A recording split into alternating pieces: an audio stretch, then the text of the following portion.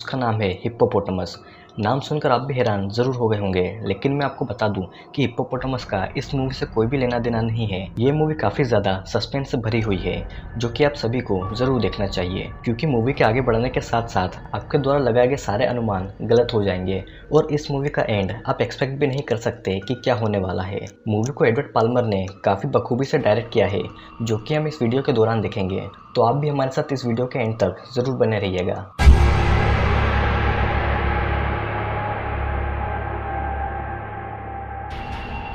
Movie के शुरू होते ही हम एक लड़की को नींद से जागता हुआ देखते हैं और वो अपने आप को एक कमरे में पाती है जहाँ पर वो अकेली थी। वो ये भी नोटिस करती है कि उसके दोनों पैरों में पट्टियाँ बंधी हुई है और उसे हिलने डुलने में भी काफ़ी ज़्यादा दिक्कत होती है। तभी वहाँ पर एक आदमी आता है और उससे अपना नाम थॉमस बताता है और कहता है कि उसने उसको यहाँ पर किडनैप किया हुआ है और वो तब तक यहाँ पर रहेगी जब तक उससे थॉमस से प्यार नहीं हो जाता। फिर थॉमस उसे उसका नाम रूबी बताता है और उसे उसकी उम्र, एजुकेशन और उसके माँ बाप के नाम भी बताता है, जिसका मतलब ये साफ था कि रूबी को अपने बारे में कुछ भी याद नहीं है।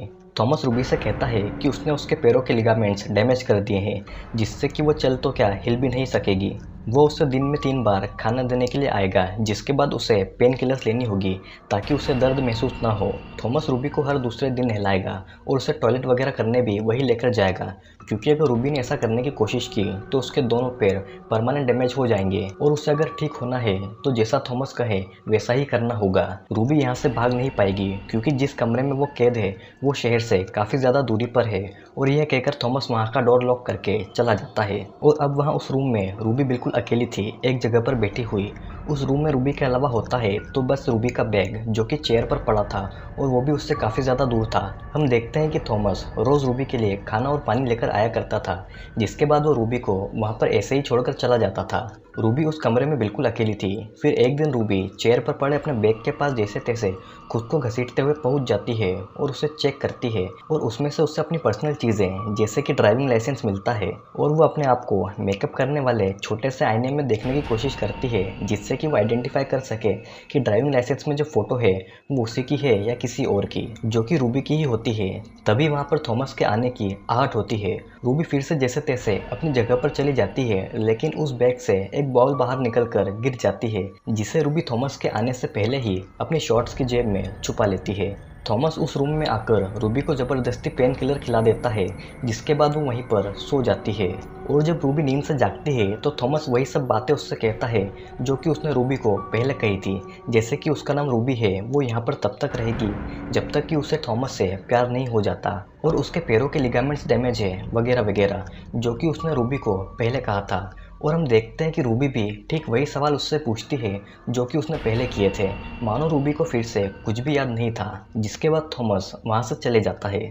तो अब सवाल ये था कि रूबी यहाँ पर कितने दिनों से है, क्योंकि हो सकता है कि थॉमस उसे कई दिनों से यहाँ पर कैद रखे हुए हैं और वो हर बार उसकी मेमोरी मिटा देता है ताकि रूबी को अपनी पिछली ज़िंदगी के बारे में कुछ भी याद नहीं रहे। लेकिन इस बार रूबी को अपनी शॉर्ट्स की जेब से वो बॉल मिलती है, जो कि उसे ये सोचने पर मजबूर कर देती है कि वो बॉल उसके शॉर्ट्स की जेब में आई कैसे। और यहीं से रूबी को थॉमस पर डाउट होना शुरू हो जाता है। फिर थॉमस वहाँ पर आता है और वो रूबी को उसके पैरों की एक्सरसाइज करवाता है, जिसके बाद वो रूबी को नहला धुलाकर खाना वगैरह देकर वहाँ से चला जाता है।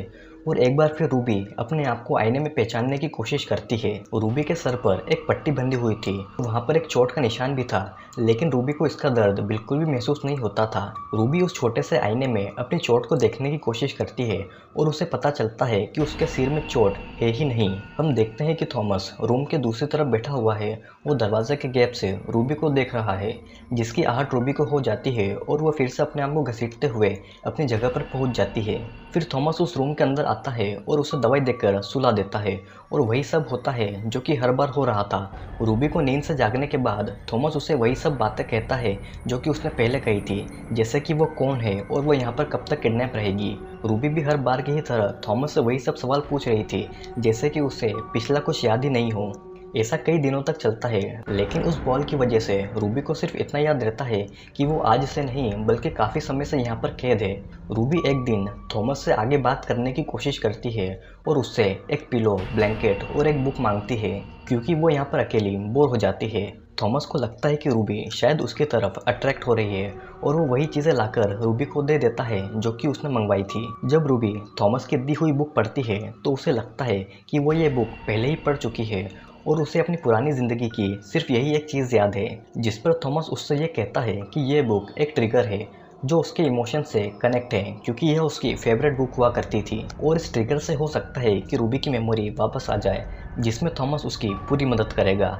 और इसके बाद थॉमस वहाँ से चला जाता है। अगली सुबह जब थॉमस रूबी के पास वापस आता है तो वो रूबी से उसकी फेवरेट कॉफ़ी के बारे में पूछता है और थॉमस रूबी की फेवरेट कॉफ़ी कुछ ही सेकंड में वहाँ पर लेकर आ जाता है, जैसे कि उसे पहले से ही पता हो कि रूबी उससे क्या मांगने वाली है। और वो कॉफ़ी पीते ही रूबी की मेमोरी फिर से ट्रिगर हो जाती है। रूबी को ठीक वैसा ही महसूस होता है जैसा कि उसे अपनी पुरानी ज़िंदगी में महसूस हुआ करता था। जब रूबी उस कमरे में अकेले हुआ करती है तो वो थॉमस की दी हुई बुक पढ़ती है। उसे बुक के एक पेज पर कुछ अजीब अजीब लिखा हुआ दिखाई देता है, जिसे वो मिरर की मदद से देखने की कोशिश करती है, जो कि उसने अपने पैरों की पट्टियों में छुपा रखा था। कि उस बुक के पेज पर उल्टे अक्षरों में कुछ लिखा हुआ था जिसका मतलब था डोंट ट्रस्ट हिम। और ये देखकर रूबी घबरा जाती है कि आखिर क्यों वो थॉमस पर भरोसा न करें। शाम को थॉमस एक टेबल उस रूम में लेकर आता है जिस पर बैठकर दोनों साथ में डिनर करते हैं। डिनर करते वक्त रूबी थॉमस से कहती है कि वो कितनी लड़कियों को यहाँ पर इस तरह से फंसा चुका है। वो पहले उन लड़कियों पर रिसर्च करता है,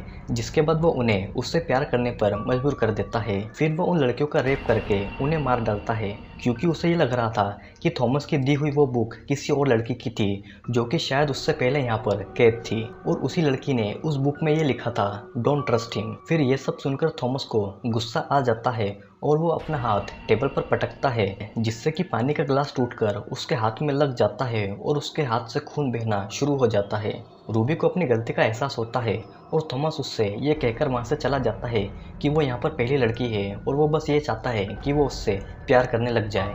अगले दिन रूबी अपने पैर चेक करती है और पट्टियों को खोलकर देखती है तो उसे ये पता चलता है कि उसके पैर बिल्कुल ठीक है, बस काफ़ी दिनों से एक जगह पर बैठे रहने के कारण वो ठीक से चल नहीं पा रही थी। रूबी फिर से उस बुक को चेक करती है और उसे वो लिखावट देखकर ये ट्रिगर होता है कि वो उसी ने एक जली हुई माचिस की तीली से लिखा था, और वो माचिस की तीली उसने रूम के ही एक ब्लॉक के पीछे छिपाई थी।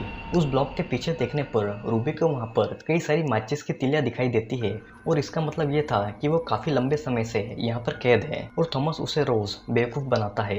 रूबी ये सोचती है कि ये माचिस की तीलियाँ इस रूम के अंदर आई कैसे, क्योंकि उसे इस माचिस की तीली के अलावा कुछ भी याद नहीं था। फिर हम देखते हैं कि रूबी और थॉमस कैंडल लाइट डिनर करते हैं और वहीं से वो ये तीलियाँ चुराया करती थी, जिससे कि रूबी उस बुक में एक बार ये लिखती है कि थॉमस के साथ इस खेल को जारी रखा जाए। हम देखते हैं कि रूबी धीरे धीरे चलना शुरू कर देती है और थॉमस के आते समय वो उसे ऐसा दिखाती है कि वो अभी भी चल नहीं पाती। रूबी उस कमरे में एक्सरसाइज भी किया करती है, जिससे कि ये साफ पता चल रहा था कि वो कुछ बड़ा प्लान कर रही है। रूबी ये जान गई थी कि वो बिल्कुल ठीक है, वो चल फिर सकती है, लेकिन जब भी थॉमस वहाँ पर आता है तो वो उसे ऐसे दिखाती है जैसे कि उसे कुछ पता ही ना हो। फिर एक रात जब दोनों डिनर करते हैं तो वो रूबी के लिए एक ऐसी डिश लेकर आता है जिसे टेस्ट करते ही रूबी को अपनी मेमोरी का एक पल याद आ जाता है, जिसमें रूबी यही डिश खा रही थी और सामने थॉमस ही था, लेकिन एक अलग ही अंदाज में। थॉमस रूबी को ये बताता है कि वो उन दोनों की एनिवर्सरी इवनिंग थी जिस दिन उन्होंने ये डिश ऑर्डर की थी, जिसे सुनकर रूबी को थोड़ा शौक लगता है और वो इसके आगे कुछ नहीं कहती। रात के समय रूबी उस रूम में लगी हुई दो ड्राइंग को देखती है जो कि उसी ने बनाई हुई थी, लेकिन उसे इसके बारे में कुछ भी नहीं पता था। रूबी रोज थोड़ा थोड़ा थॉमस के करीब आती है, जिससे कि थॉमस को ये लगता है कि रूबी धीरे धीरे उसके प्यार में पड़ रही है, लेकिन रूबी तो वहाँ से भागने की कोशिश करती है लेकिन कभी भी वहाँ से भाग नहीं पाती। फिर एक रात रूबी उस रूम में थॉमस के साथ डांस करती है और उसे उसकी मेमोरी का एक पल याद आ जाता है जिसमें थॉमस ने उसे शादी के लिए प्रपोज किया था और रूबी ने भी उसे हाँ कर दिया था। वो थॉमस से पूछती है कि आखिरकार उन दोनों के बीच में ऐसा क्या हुआ कि उनकी ज़िंदगी ऐसी हो गई। थॉमस को भी लग रहा था कि रूबी अब सच सुनने के लिए तैयार है। थॉमस रूबी को ये बताता है कि वो एक वीकेंड पर अपने एक फ्रेंड निक के साथ बार में थी और थॉमस उसे पिक करने के लिए वहाँ पर आ रहा था, लेकिन थॉमस की ट्रेन छूट जाने के कारण वो रूबी को पिक नहीं कर पाता और निक रूबी के ड्रंक होने का फ़ायदा उठाकर उसे अपने फ्लैट पर ले जाकर उसके साथ ज़बरदस्ती कर उसका रेप कर देता है। थॉमस अपने फ्रेंड रॉब की कार से रूबी को ढूंढता हुआ निक के फ्लैट पर पहुँचता है तो वो देखता है कि निक ने रूबी के साथ ज़बरदस्ती की है और उसे काफ़ी पीटा भी है। रूबी की हालत बहुत ज़्यादा ख़राब थी और थॉमस उससे इतना प्यार करता था कि वो उसकी ऐसी हालत नहीं देख पाता और गुस्से में आकर वो निक को जान से मार डालता है। रूबी को इस घटना का बहुत गहरा सदमा लगता है। वो ना तो थॉमस को पहचान पा रही थी ना ही खुद को। थॉमस रूबी को अपने साथ शहर से बहुत दूर ले जाता है और जंगल में एक खाली पड़े एक घर के रूम में उसे रखता है। थॉमस रूबी को बहुत प्यार करता था, लेकिन रूबी को लगता था कि निक की तरह वो भी उसे नुकसान पहुंचाएगा। थॉमस भी रूबी को ऐसी हालत में छोड़ना नहीं चाहता था। वो रूबी के हर बिहेवियर को बारीकी से देखता है और ये पाता है कि जब भी रूबी देर तक सोती है तो उसकी मेमोरी चली जाती है और उसे बस उस एक्सीडेंट के बारे में ही याद रहता है। थॉमस धीरे धीरे रूबी की मेमोरी को ट्रिगर करना सीखता है। जिस तरह हम किसी पुराने फोटो को देखकर उस पल को याद करने लगते हैं, ठीक उसी तरह रूबी को लगता था कि थॉमस भी उसे नुकसान पहुंचाएगा, लेकिन थॉमस ने एक ऐसा सीन क्रिएट किया जिसमें वो धीरे धीरे विलेन से रूबी का थॉमस बनता जाएगा और ऐसा करने में उसे काफ़ी ज़्यादा समय लग गया। थॉमस रूबी को दिन में सिर्फ 4 ही घंटे सोने देता था ताकि रूबी को सोने से पहले का सब कुछ याद रहे। फाइनली जब थॉमस को लगता है कि सब कुछ ठीक हो गया है और रूबी भी सच सुनने को तैयार है तो वो उसे सब कुछ बता देता है, लेकिन रूबी कांच के उस टुकड़े से थॉमस पर हमला कर देती है जो कि उसने छुपा कर रखा हुआ था और जैसे तैसे वो वहाँ से निकलने में कामयाब हो जाती है। रूबी जब उस रूम से बाहर आती है तो वो देखती है कि वो एक छोटे से आइलैंड पर है जहाँ पर बोट रखी हुई है और उस बोट के पास जाते जाते रूबी में इतनी ताकत नहीं बची थी कि वो वहाँ से निकल जाए और वो वहीं पर बेहोश होकर गिर जाती है। रूबी जब होश में आती है तो वो खुद को हॉस्पिटल के एक रूम में पाती है जहाँ पर डॉक्टर उससे कहता है कि उसकी मेमोरी लॉस हो गई है, लेकिन वो इसे वापस लाने की पूरी कोशिश करेगा और ये कहकर वो वहाँ से बाहर चला जाता है, जो कि और कोई नहीं बल्कि थॉमस ही होता है। और इसी के साथ ये मूवी यहीं पर ख़त्म हो जाती है।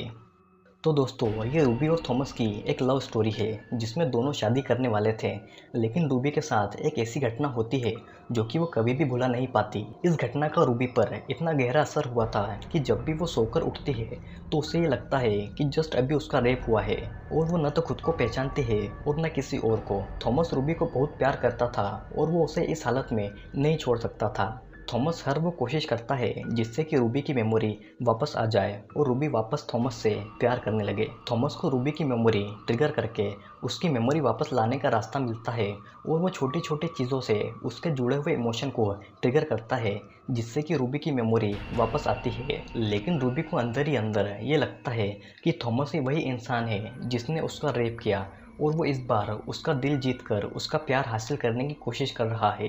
और इसी एक छोटे से डाउट के चलते इतनी कोशिश करने के बाद भी थॉमस फेल हो जाता है और हर बार की तरह इस बार भी थॉमस गिव अप नहीं करता और मूवी के एंड में फिर से रूबी को ठीक करने की पूरी कोशिश करता है।